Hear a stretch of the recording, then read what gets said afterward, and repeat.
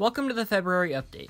Today, we'll be taking a look at some of the best games coming to the PlayStation Vita this month, as well as recapping all the most recent Vita-related news stories. Last month, Sony released firmware update 3.70, likely one of Vita's last. Like recent updates, 3.70 serves no discernible purpose aside from attempting to combat homebrew on the system.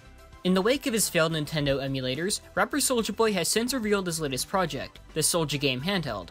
This rip-off console, which combines the design of a Vita with the specs of a PSP, comes with 8GB of memory and can emulate games like Super Mario Bros. Like Soulja Boy's other gaming projects, this is basically just an overpriced knockoff, and shouldn't be confused for a legitimate handheld.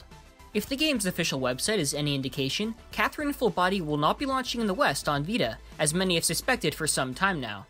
Full Body, a remaster of 2011's awesome romantic puzzler from Atlus's Persona team, is still set to launch on PS4 in the US and UK later this year.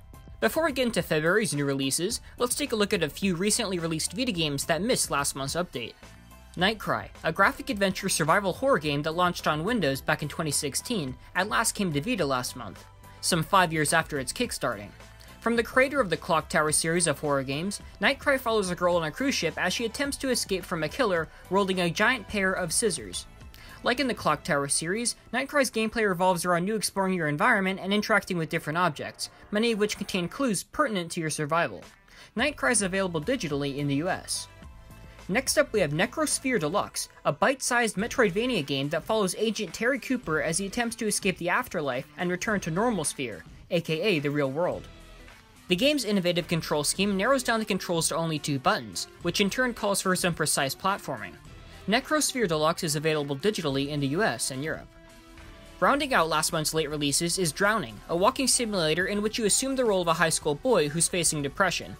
The gameplay here essentially boils down to you exploring a path through a calm environment as the game's narrative unfolds.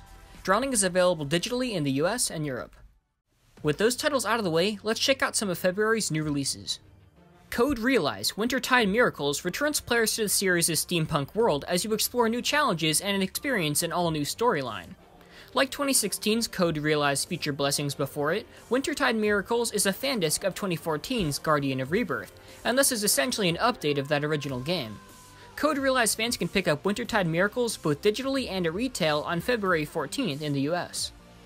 Fate Extella Link, which launched on Vita in Japan last year, is now getting a release in Europe.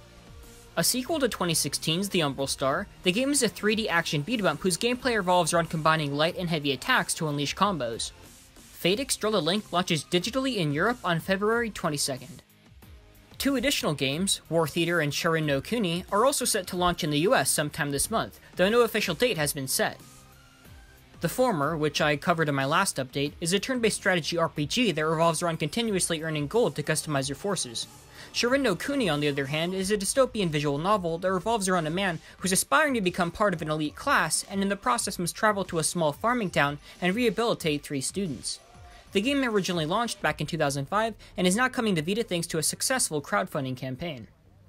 Lastly, we have Catherine Full Body, a remaster of the romantic puzzle game that launched on PS3 back in 2011. The game's plot revolves around a man named Vincent who finds himself torn between 2 women, and as a result suffers from extreme supernatural nightmares.